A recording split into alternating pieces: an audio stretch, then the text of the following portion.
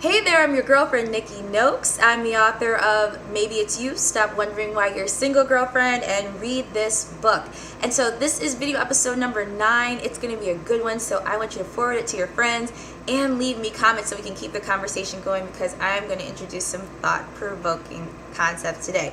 So I know that many of you have seen the press and the articles, the blogs, interviews around Lori Gottlieb's new book, Marry Him, A Case for Settling for Mr. Good Enough. And I even did a blog about it, a video episode a little while back, and I said, okay, I haven't read the book yet, so I'm only going to talk about the concept, and as soon as I read the book, I'm going to give you my honest opinion review. Well, as promised, I'm reading the book. I'm about halfway through, and the most interesting thing that I've come up on so far is this. It's the use of the word compassion by people who are in successful relationships when describing their partner. And the word compassion can apply to men and women as well, but since I'm talking to the girlfriends, I'm focusing on you. So let's talk about women and the concept of compassion.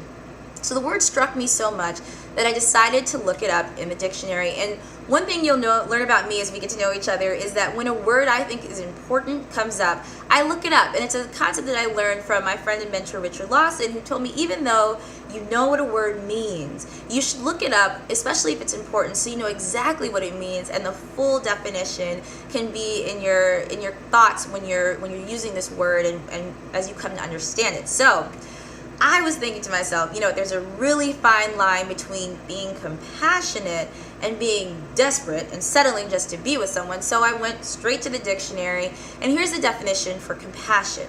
It's a feeling of deep sympathy and sorrow for another who's stricken by misfortune, accompanied by a desire to alleviate the suffering. And there was a synonym used, clemency, which is a quality of being clement, a disposition to show forbearance, compassion, or forgiveness in judging or punishing. So then I thought about this some more, and I said, wait a minute.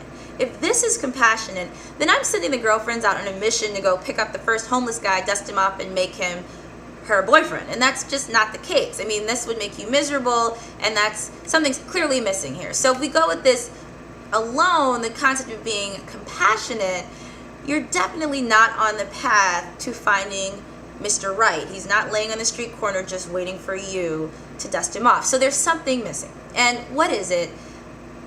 I know what it is. It's the purpose of your compassion.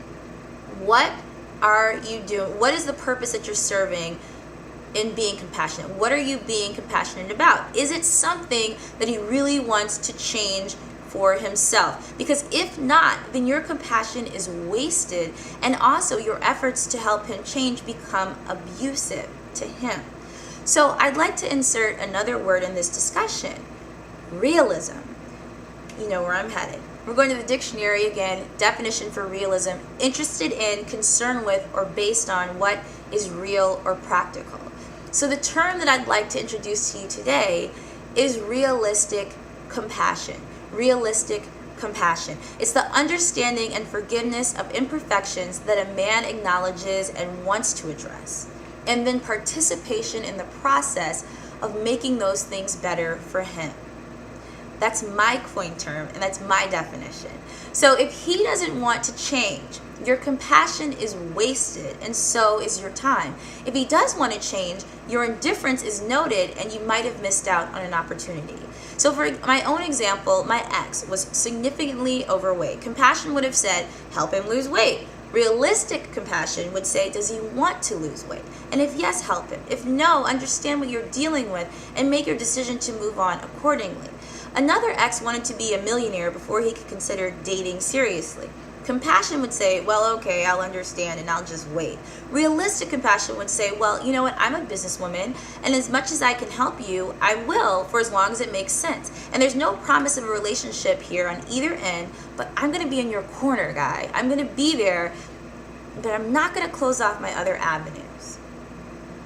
So realistic compassion is the first step to becoming a first follower. If you don't know what a first follower is, it's a concept that was created by Derek Sivers and introduced to me by my friend Brian Stone from thestonebishop.com. So it's the best blog that I've ever written, my first follower blog. And if you haven't checked it out yet, go to nikkynokes.com and check it out. It's a great concept. I'm going to bring it up over and over again. It's going to be my theme for goodness knows how long, because I think it's just so important. And it's the first step. Realistic compassion is the first step to becoming a first follower. First follower is the first step to becoming irreplaceable. So, as always, I'm your girlfriend, Nikki Nokes, saying to you ladies, first of all, think about the term realistic compassion. Is it in you? Second of all, if you're single, have you ever considered that maybe it's you? Catch you next time. Bye-bye.